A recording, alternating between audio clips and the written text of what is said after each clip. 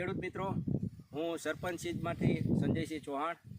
આજે આપણે પ્રગતિશીલ ખેડૂત એવા જીતુભાઈની મુલાકાત લઈએ કે જેઓએ મરચીનું વાવેતર કર્યું છે અને મરચીની અંદર સરપંચ સીડનું 92 નંબર આપણે એમનું વાવેતર કર્યું છે. તો સૌ પ્રથમ એનો પરિચય લઈએ.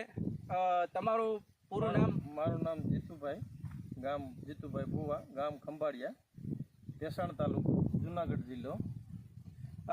જીતુભાઈ, આપણે આ જે મરચા છે બરોબર, મરચાનું વાવેતર ક્યારે થયું?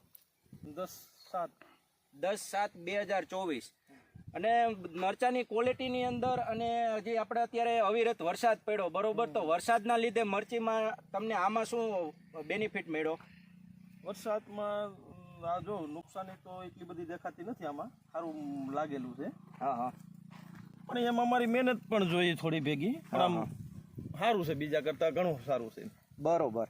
અને કલર ક્વોલિટીમાં ને એમાં તો એક નંબર જ છે. જો બરોબર,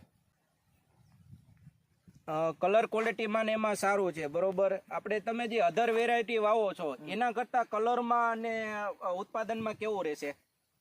બે ઓમ ઉત્પાદનમાં તો બે સેમ જ રહેશે, પણ કલરમાં ને એમાં આ સારું રહેશે. બરોબર. એટલે બજારની અંદર જે આ મરચું આવે બરોબર, તો એનો ભાવ વધારે મળે. આ તો સવાલ વિનાની વાત છે ને, આ તો ડબ્બી જ કહેવાય, આનો તો ભાવ વધારે જ મળવાનો. ઓકે. એટલે અને કાશ્મીરી મરચાનો તમને શોખ ખરો વાવેતરનો? ટ્રાય કીધું મારીએ, ખ્યાલ આવે ને કે શું થાય. બરોબર. એટલે તમારું આ નામ સાંભળેલું હતું કે ભાઈ 92 હાઈ ક્લાસ ડબ્બી કલરના હાઈ ક્લાસ બને છે, કીધું ટ્રાય મારી એમ. ઓકે. એટલે તમે ટ્રાયલ પૂરતું વાવેલું હતું બરોબર, પણ છતાંય તમે જોઈ શકો છો અત્યારે જે મરચાનો અત્યારે પ્લોટ ઊભો છે અને એ પ્લોટની અંદર અવિરત વરસાદ પડેલો છે. આ વર્ષે લગભગ બધાને એટલો વરસાદ આવ્યો, છતાંય તમે જોઈ શકો છો કે મરચાની ક્વોલિટી જો તમે આ બાજુ હું બતાવું છું, જે મરચા છે બરોબર, એ મરચાની અંદર તમે જુઓ આ ફ્લાવરિંગ એટલું છે અને જે મરચાની ક્વોલિટી છે એ ક્વોલિટીમાં પણ જોરદાર છે. જો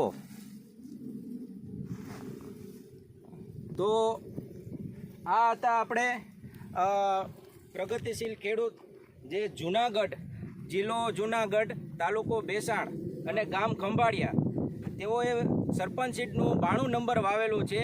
અને મરચાની અંદર જે આપણે કાશ્મીરી મરચું કહેવાય, જે કલર ક્વોલિટી અને ચટણી માટે વપરાતું મરચું છે, એમાં ખૂબ એવું